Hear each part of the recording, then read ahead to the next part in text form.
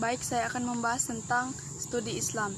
Islam adalah agama yang merupakan objek atau sasaran penelitian atau kajian dalam Islam, di mana agama sebagai sasaran atau penelitian atau pendekatan filsafat pada intinya berupaya menjelaskan bahwa hakikat atau hikmah mengenai sesuatu yang berada di balik objek formatnya dari individu.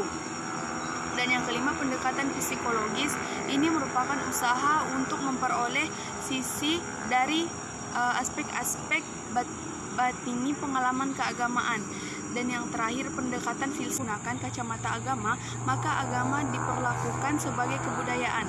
Dan yang keempat, sosiologi adalah sebagai ilmu tentang perilaku sosial ditinjau dari kecenderungan individu adalah sama dengan metodologi, yaitu sudut pandang atau cara melihat dan memperlakukan sesuatu yang menjadi perhatian masalah yang dikaji. Dan yang ketiga itu pendekatan budaya, itu bila agama dilihat dengan menggunakan dari realitatif yang dijelaskan tadi butuh pendekatan seperti pendekatan teologis, berarti pendekatan kewahyuan atau pendekatan keyakinan penelitian itu sendiri.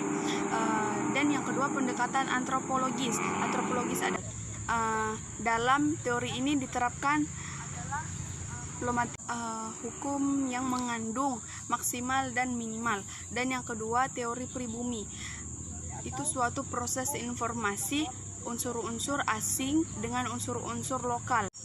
Teori hudud pemikiran yang terkenal adalah mengenai teori atau hukum hudud, bahwa menurut teorinya perintah ahli yang diungkapkan di Al-Quran dan Sunnah, terutama mengenai hukum yang penafsiran pemikiran atau ijtihad, institusi keagamaan, pengalaman fikih, tasawuf, filsafat, kalam Islam kontemporer.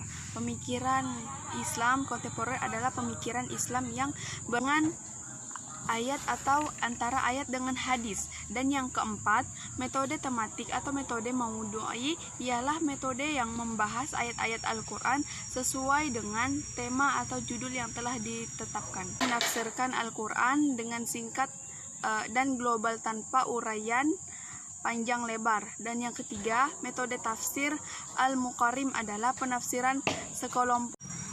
Metode tahlili adalah metode yang berusaha untuk menerangkan arti ayat-ayat Al-Quran dari berbagai aspek, berbagai seginya. Dan yang kedua, metode tafsir ijmali, yaitu metode ijmali atau global, metode mukarin perbandingan, dan metode maudhu'i tematik.